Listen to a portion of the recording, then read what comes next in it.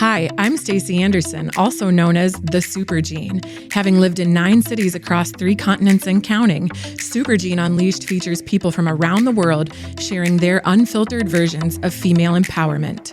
With a 20-year global career in digital marketing, operating as a leader and mentor, and now as a wife and mother of 3, I encourage you to unleash your own Super Gene and become the most empowered version of yourself. Here's your advocate, ally, and confidant. I am ready to inspire you. Let's show the world what it's all about. Welcome back, my fellow Super Genes. I want to start today's episode with a question. How many times in your life have you been made to feel too much, too emotional, too sensitive, too reactive, too irrational? Honestly, as I read through that, I can think of so many times. And if you are a woman, I'm going to guess that your answer is the same as mine, too many times to count. Today's guest actually came to me through one of my own listeners, which I love because this community finds the people that we need. And the moment that I looked him up, I thought, hell yes, let's get this one on the books. And he has made it happen super fast. His name is Harry. He is a chef, a philosopher, a father, and more importantly, he's the creator of She's Not Crazy, which is a platform built on biology-based relationship education for men, and maybe even for women. Anyways, Harry has spent years studying hormonal and emotional reality of women from the inside out, not speaking to us, but to help the men in our lives finally stop dismissing us. He was raised in a community built entirely around empathy and human connection from a very young age. He studied philosophy, he became a health coach, and he is deeply trained in empathy and human connection because he also almost nearly lost his marriage because he didn't understand his wife's biology. That is how deep that this blind spot can run for men. So I knew immediately that I wanted him here today. And what I want you to hold on to for this entire episode is that this is not an episode necessarily about men.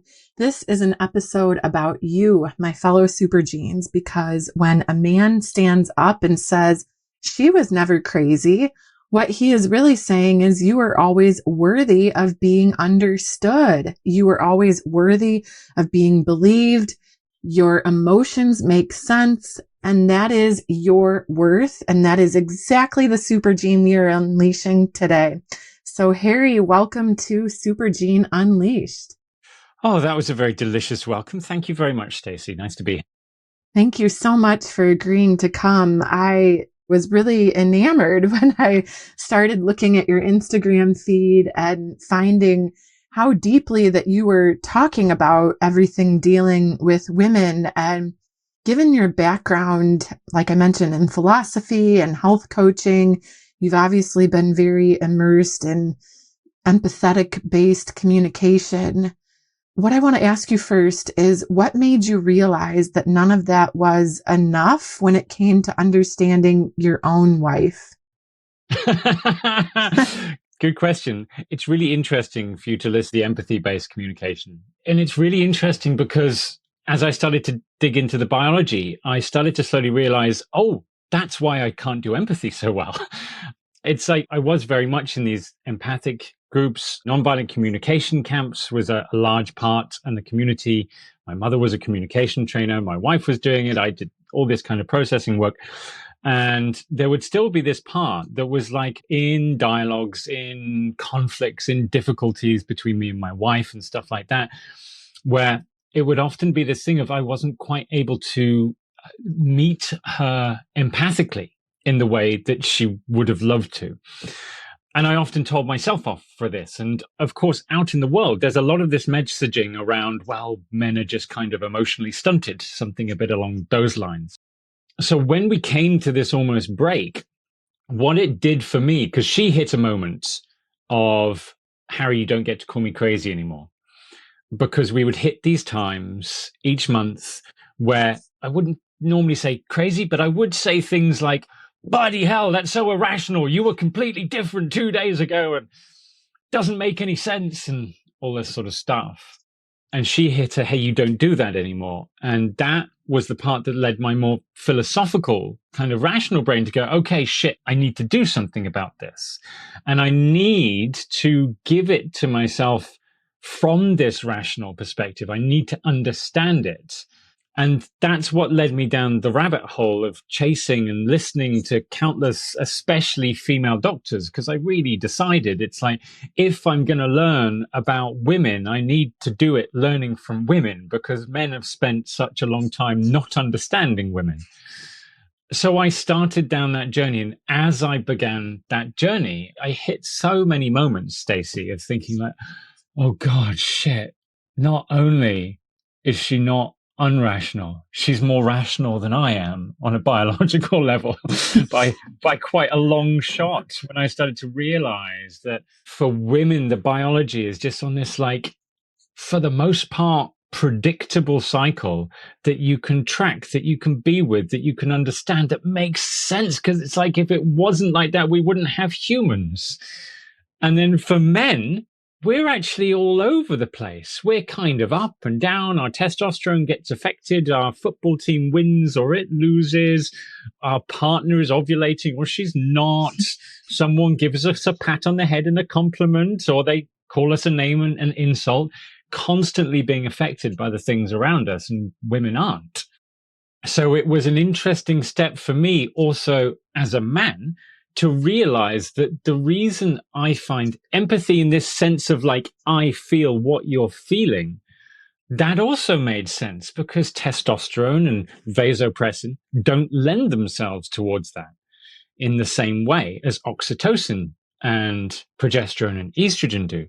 So the whole journey for me was like, okay, how can I build this understanding from the biology that I'm in? And that's the route that it took me. And that's what I'm now trying to desperately invite other men towards, because I really want better relationships in the world. I want more children to grow up with both parents. I want more people to be more loving, because I honestly believe that if more intimate relationships were fixed, Stacy, the world would be a better place, like automatically. I truly believe that.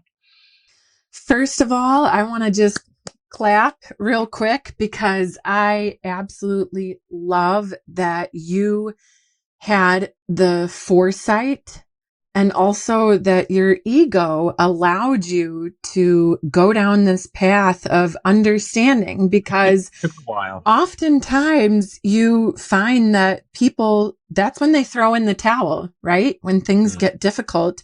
And that's where people decide to break up. And rather than breaking up or splitting up, you were so committed to your relationship that you decided, and she also made a decision, right, to support you in this discovery. But I think it's really amazing that you decided to understand a woman's biology. The second thing that I really want to acknowledge is what you just said about having more children with both parents and having more loving relationships, and just in general, people who are happier in this world. I mean, we are literally standing at a moment where the world is more divided than ever. So I really appreciate that you are trying to sprinkle some positivity in the world. But what I want to start to unpack now is all of these terms that you threw out about oxytocin, testosterone. My goodness, we are starting to get into a little bit of biology, and that's what I want our listeners to understand. So can you start by just walking us through what's actually happening in a woman's body hormonally across her monthly cycle? Because you also mentioned how things can become predictable. And obviously women who are in their reproductive years have a cycle that they follow. So if you can just kind of walk through the hormonal part of things, and then also explain it in a little bit of plain language that any woman could recognize and acknowledge, oh yeah, I know that I'm in this stage, or my hormones, whatever hormone is higher than the other at that point in time. Okay, thank you for that, Stacy. I will do my best to keep the language as simple as I'm capable of doing.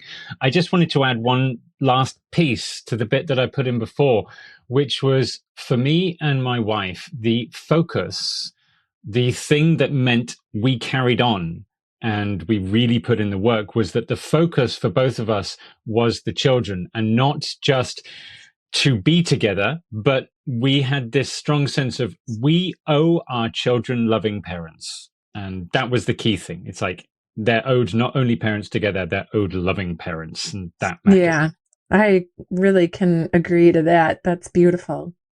So, yeah, I mean, my broad understanding of what's going on in a woman's body is beginning at the first day of the cycle, which is the day of the bleed. And at that stage, essentially all the kind of hormone levels, the major three of which being estrogen, progesterone, and testosterone, because a lot of women forget that they have testosterone as well, at their lowest. And so that's really like crashed out. And as they then move slowly up out of the bleed, estrogen kind of essentially rises and rises, a little bit of progesterone, but estrogen, which is often the one associated with being the most feminine, the more drive, kind of rises. And that rises pretty steadily and gets very, very high up until ovulation. So day 14, 15-ish of the cycle. A little bit before that, you get this quite large jump in testosterone. So for the women who will resonate with the feeling of around that day 14, I'm feeling a bit sexier, I'm more playful, I'm kind of more interested in intimacy, those sorts of things. That's often like this rise of testosterone that comes up. After day 14, basically estrogen and testosterone plummet. Average for most women is between 50 and 85%, which I said in one of my reels, the equivalent for a man aging at a normal rate would take him 125 years to reach that same kind of level of hormonal drop. And so it's like my wife and for many other women, it's like you get to that day 15, day 16 or so of the cycle, and something just crashes in terms of mood, in terms of how you're feeling. Often you get the pain around ovulation when the egg follicle bursts as well. So there's all of these things in the mix. And after that, essentially in the next couple of weeks, which is the luteal phase, and that's the phase where most women have described to me as like, these are the weeks I hate the most, is this kind of lowered level of estrogen. And estrogen really is this hormone that gives the drive, the creativity, the playfulness, the let's do things. And hopefully what happens is a good rise in progesterone, which is the progestation or the hormone that is preparing the body for pregnancy. You get this rise in the progesterone, and what's meant to happen, as it were, is hopefully a feeling of calm and relaxation. But it also runs up against this sense, and this is what I got from Dr. Sarah Hill, often this sense of sensitivity, of more annoyance, of more triggeredness, which Sarah talks about as being like, this is so useful because what it's actually doing is the body is reaching out for safety, because it's a time when the body's like, I could be pregnant. And it's trying to make sure everything in the environment is safe. And especially it's trying to make sure, is my partner safe? Is he showing up? Is he available? Is he present? Is he caring? And that will run till then somewhere between day 28 and day 35. For most women, that's when the cycle then crashes and resets again. But again, you get in those 2-3 days, I think it normally is at the end before the bleed, where everything really spoof plummets and falls again. I know for my wife in those days, she often would like to lie on the sofa and just be brought hot water bottles at that point. So, yeah. Yeah, it's really interesting because a lot of, for instance, exercise science for women is now starting to be modeled off of the cycle. So as you walked through all of the hormonal effects and feelings, I was actually thinking about how so many times personal trainers recommend that, you know, when you are in that ovulation phase, that's when you should do your most intense workouts. And as you just said, when your wife feels like laying on the sofa, you should do less intense workouts and these kind of things. So I could really feel the waves throughout that time period. But I want to dig into a little bit more about, aside from something like that, when a woman is going through this every single month roundabout, and she is feeling such a wide gamut of emotions and having to struggle through that, how much of what gets labeled as a woman being difficult or irrational is actually a biological reality that nobody ever explained to her or the people around her? I think, to be honest, Stacy, nearly all of it. This is the piece I came to. And this is combined with, so I had a time in my early 20s, I think I was 21, and I was in university. And I managed to convince myself that in order to be desirable and sexy and fun and liked, I should have bigger muscles. That's what I convinced myself of. And so I started experimenting with anabolic steroids, and I was injecting myself with testosterone and things like that in the hope of being bigger. Anyway, young, stupid idea, didn't know what I was doing, came off them, and my natural testosterone had completely crashed. Did you feel the difference, by the way? Like, did you feel the crash? Really, really, so badly. And I can remember going to the doctor, and so my normal testosterone had been pretty high. Like, I can't remember what you use in the States, but 1,000 nanograms per deciliter over here. So pretty naturally high. And my natural testosterone had crashed right down. I was 1 point above the bottom of the range. Oh, So at that point told me, oh, you're in range, you're fine, which is ironically, what gets said to a lot of women. You're in range, okay. you should be fine. Not taking into account that I was kind of normal for a 90-year-old man at that point. Oh my goodness. So I was going through zero libido, motivation gone, drive gone, energy gone, fatigue, depression, suicidal thoughts. All of this was my reality for some time at that point. And that was just through crashing of my testosterone. So now, when women tell me how they feel in their luteal phase after they've just lost the two major hormones that are giving them that drive, I'm like, of course that's real. Of course that's biological. Mm. Because even though what I experienced wasn't the same, it was a pretty close analogy. So when I think of that, I think a lot of what goes on is a combination of biology, and the combinatory part is biology within the context of being with a partner and people who are telling you you're crazy because of it, rather than taking your hand and walking alongside you. And I think that's such a big player. I know that the experience that my wife has shared with me has been, it's really different. Even my symptoms feel different because you're there holding my hand rather than telling me off for it.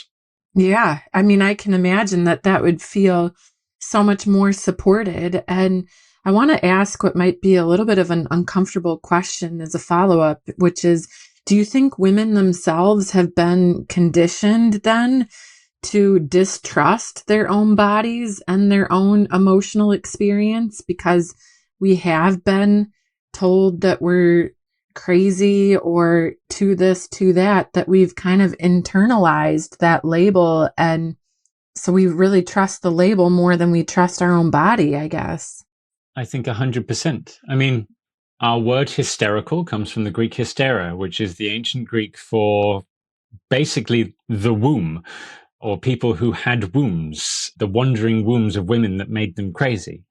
Our word for estrogen, oestros, is not dissimilar in term. So it's like our very language that we've had for 4,000 years at the very least describes women as crazy. My wife, up until she did her own kind of work, thought of herself as crazy. And it's perpetuated everywhere. So how could they not? Yeah. And we have shitty education that Yes, I can remember myself sitting in sex ed classes or biology classes. And as most young boys, you sit there at the back sniggering and going, oh, she said the word period. And it's certainly never, ever spoken about past the biology into the experiential sort of realm. What does this biology mean when you're in a relationship? What does it mean for the experience of the person sitting next to you? That's a very different thing, and that's never taught. Well, also, what does it mean for a woman who might be in a leadership position running an organization? I mean, no consideration is ever given for that kind of circumstance. And frankly, women, what I want to say bluntly is that we're just expected to carry the torch and just pass through this and smile and not be impacted. And if we shout out loud or we misstep or, have kind of an off day or behavior, we are often judged for that. And people have that judgment that they carry on for years, even. And frankly, that was just something that, okay, it was that time of the month where we weren't at our best. But I also want to ask you about two different phases of a woman's life, which are a bit similar to this discussion, which is the postpartum phase. I'm actually particularly interested because I'm 9 months postpartum after having twins and still breastfeeding, and I don't have my cycle back. But I also want to ask separately about perimenopause because I am in my early 40s. So I'm just intrigued to know, what do women in these two very distinct moments of time also experience when it comes to hormonal shifts? Wow. I mean, there's almost a part of me, Stacy, that when I get asked a question like that, I'm like, how can I even answer for what these fucking superhuman people do? Well, you're on like, Super Gene Unleashed, so this is what we're looking for. it's like the more time that I spend looking, the more time I start building analogies. One of the ones I did in my recent thing was that it's like for an ultra endurance marathon runner. And that's not as high. People get higher than this in like pure sprinting or something like that. But for an ultra endurance marathon runner, they're burning energy about 2.5 times their normal basal metabolic rate over a kind of, 90-mile race or whatever it happens to be. A woman holds 2.2 times for almost 9 bloody months. Wow. Like, it's astounding. Whilst she's building a creature with her bones, with her brain, with her blood, it's truly insane carrying this massive thing on the front of your belly and doing it all with a smile most of the time, whilst everyone's telling her that she ought to be kind of okay and happy and glowing. Oh, yeah. Like acting like pregnancy is enjoyable and cute. Frankly, I didn't find it very enjoyable. Exactly. And it's not that I take away from that. Of course it's Yeah. beautiful. Of course it's wonderful. Of course you're excited baby and stuff like that. You get the birth itself, which I kind of dodgily worked out would be something like the equivalent of 300 kicks to the balls for a guy, whilst being conscious, while staying okay, and then having to be gentle and nice with this weird little creature you just pushed out of yourself at the end of it. And then it's astounding what happens hormonally in the body over pregnancy, because it's like estrogen and progesterone climb to, for some of them, almost 1,000% of their kind of normal baseline, because it's like driving the cellular growth, driving the metabolic processes. You get to 2 days post pregnancy and they drop by 90% in a weekend. Wow. Like, wow. all those feel goods, all those everything just like gone, with not to mention the wound that's left inside the uterus.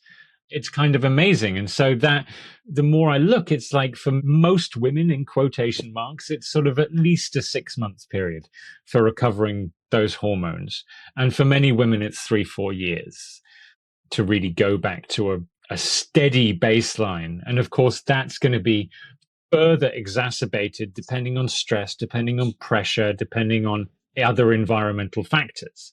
So, yeah, I mean, pregnancy is just like mind blowing. Yeah.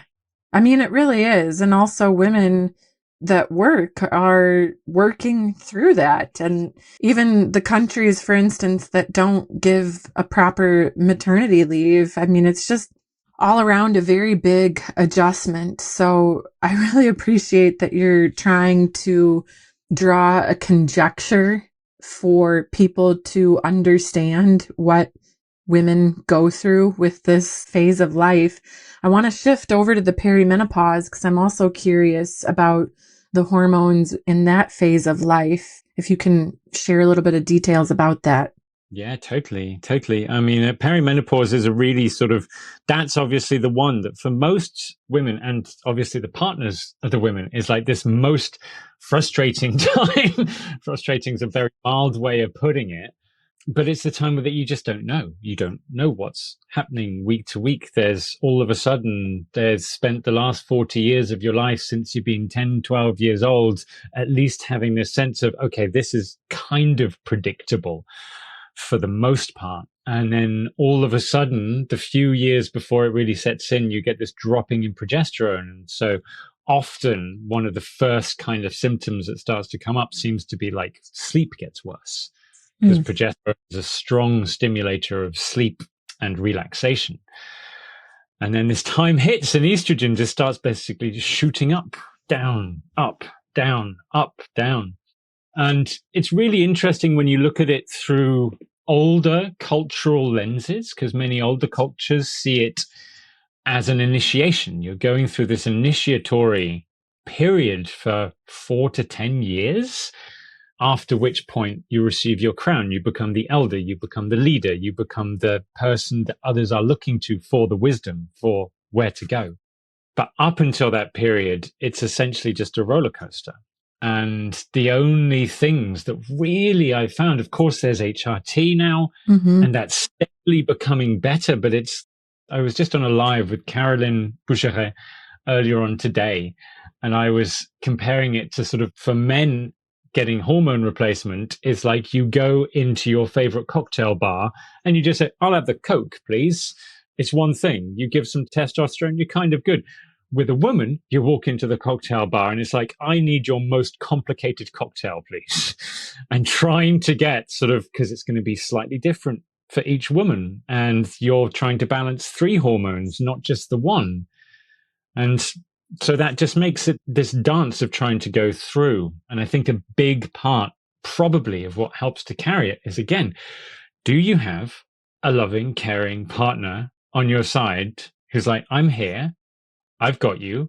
And yes, it's going to be a really hard time, but we're doing it together hand in hand. So yeah, that's perimenopause, as it were. Yeah, I've been looking a little bit into the HRT. Obviously, it's a very popular topic, and I've understood as well that it is very difficult to get that cocktail perfectly right. And this is actually a really great segue to where I want to go next in the conversation, because obviously you built your platform, She's Not Crazy, to educate men. But I want to ask you about the woman and the women, because what does it look like for a woman who has really been in this place where she's spent years being told she's too much, too emotional, too sensitive? Have you seen from your audience, what does that cost women, and how can they kind of navigate now having this information to help change for the better, like to strip away those labels from their mind and to move past it, right? Embrace it and understand that, okay, this is my biology. I should accept it and not accept and onboard the crazy label. I think, I appreciate that as a thought. It's like, to reframe, it's like, okay, so what do you fucking do to actually change shit? It's like, yeah, is that piece? And it's like, and I'm holding the tenderness of what it takes to overcome years of thinking, of centuries of thinking, of millennia of thinking. And that's why I guess I've come to see what I'm doing as less of a brand and more of a movement, because ultimately, it's like I want to see people teaching this to children from the age of 5. I want it to be normalized and spoken and just be like with my kids. It's like my daughter is 10, my son is 8, but for most of their life, it's sort of periods. We just speak about periods. We just speak about hormones. We just talk about it and it's normal. And I think that's the only place that it really comes in. Now, for women who are older and hearing and working with this more and more, my guess is it's just a constant self reminder. It's more reminding, it's more reading, it's more gelling up with other people who want to have these conversations. Just bringing it into the space is a big part of how things start to move forward. And then on my side, it's like, okay, how can I find more ways, which is podcast, which is things like that, and just start shouting it. It's like normalizing it. Oh, absolutely. I think that's super important, is making it a comfortable conversation where people are okay talking about it. And you said earlier, like, oh, instead of sitting in the back of the class snickering about it, that we can have just a normal conversation about what is happening so that more people understand. And I agree with you that it should start in the home, and hopefully you're successful in reaching some educators to inspire them to transform education. And at the same time, a lot of women who are listening right now are probably thinking, gosh, this is finally a man gets it, but not all men get it. And I'm sure that you have had your fair share of men saying things, because there's also the other side of the fence where there's some men who are not interested in gender equality and these kind of things. So can you talk a little bit about that? Well, first of all, what is the feedback that you're getting from men? And secondarily, for a woman who's listening, who might be in a relationship with a man that could use this information, but he has potentially no interest in understanding her, what does she do with that? Like, how can she approach taking this information to him so that he can understand her? Maybe talking about how you did it with your own marriage would be a bit of a help too.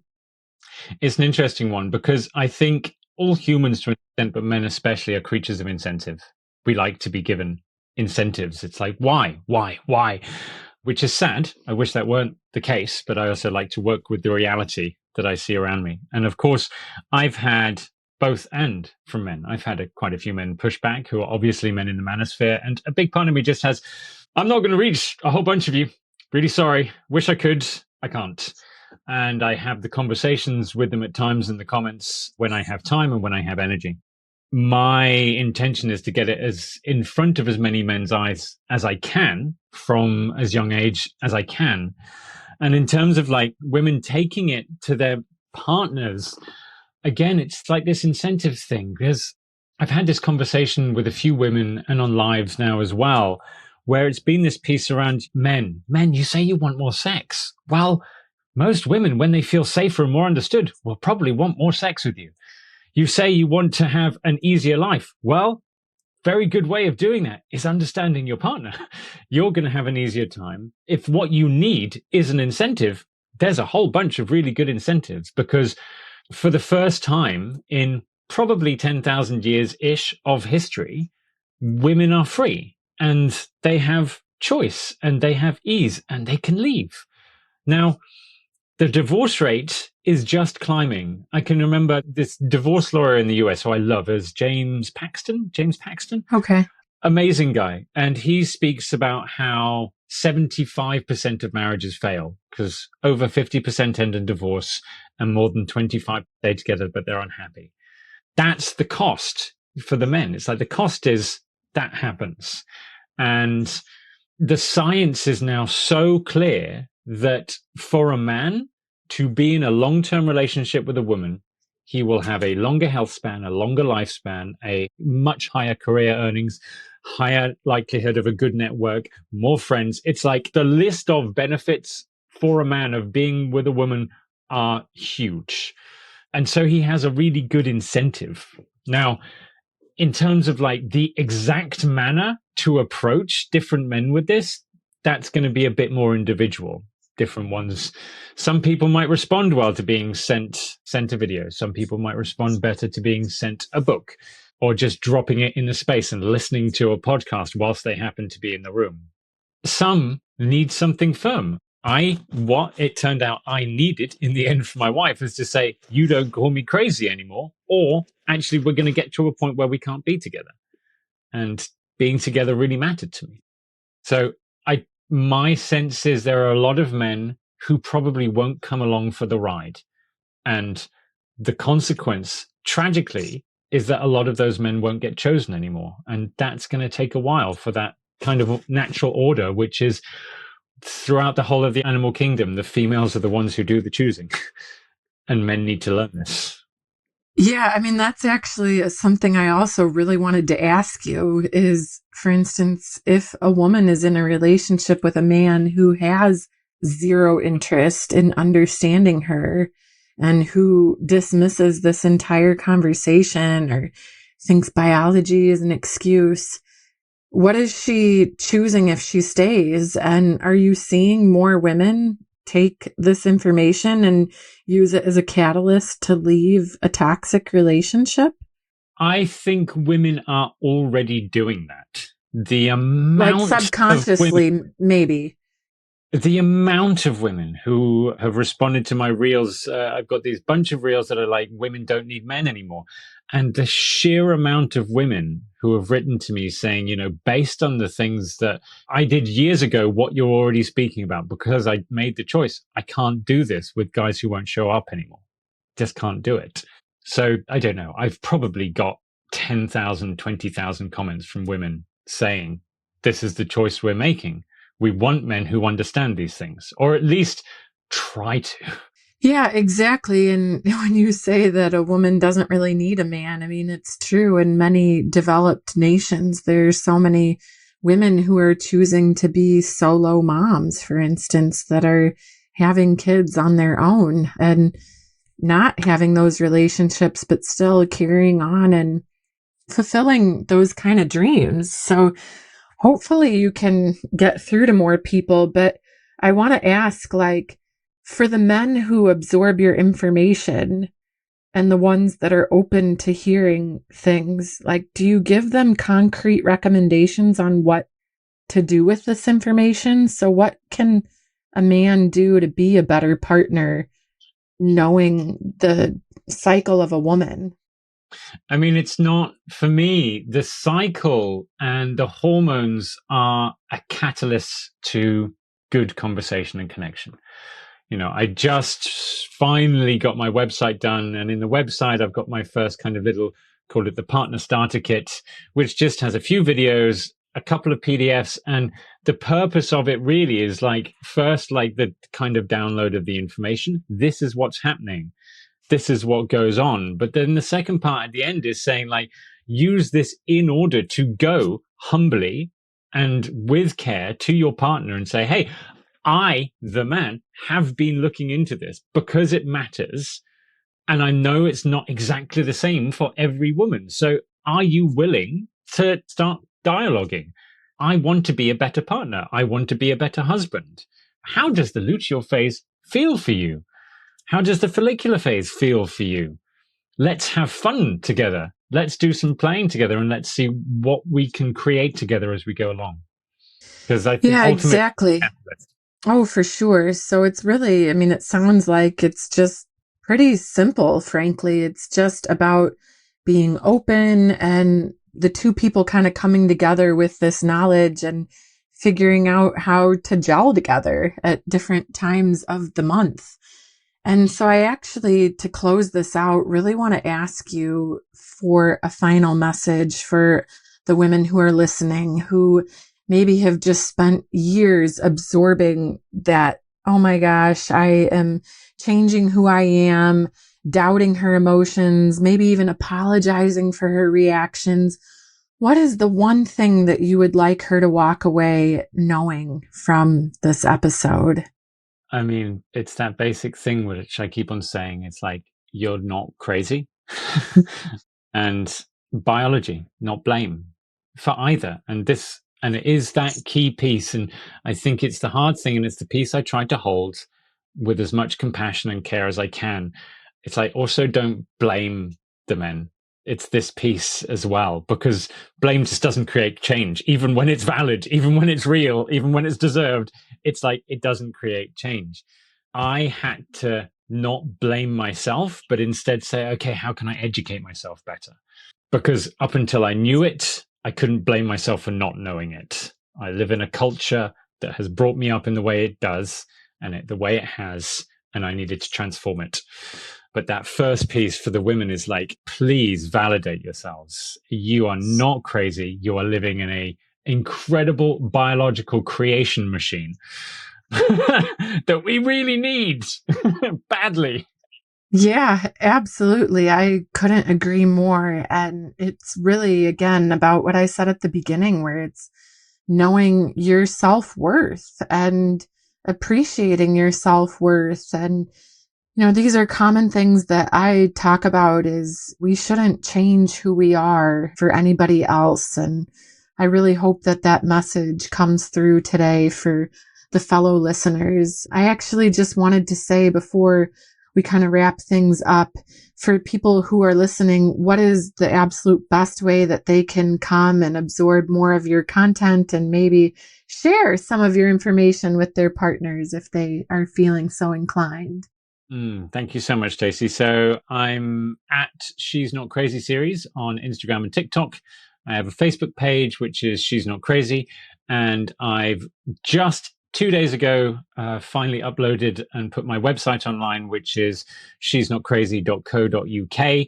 That has a few different freebies, including a cycle chart, a 7-day email course for guys or partners, and my now partner starter kit. And before too long, that will also have blogs, podcasts, and other stuff when that gets up and rolling. Wow, that's amazing. You are definitely well on your way to a movement. And I really hope that you're successful in such, because I definitely empathize with all the women who have been told that they're crazy. And I just want everybody to know that our emotions were always real. Your body is always doing something extraordinary, and our reactions always made sense. And now we finally have a man who is in our corner, advocating for us, making sense of the biology, blasting it on repeat. So thank you so much, Harry. And listen up, Super Genes. If you take anything away from today, I want you to know that you do not have to wait for someone else to validate your worth. You don't have to earn the right to be believed, and you certainly don't need to change who you are so that someone else can be made to feel more comfortable. Hell no. Thanks again for your time. Thank you so much, Stacy. Thank you so much for tuning in today, and I hope you feel empowered from the episode. You can connect with me at supergeneunleashed.com and on Instagram at supergeneunleashed. Please share your thoughts, and I look forward to connecting with you. And until next time, keep on shining and showing the world your super gene.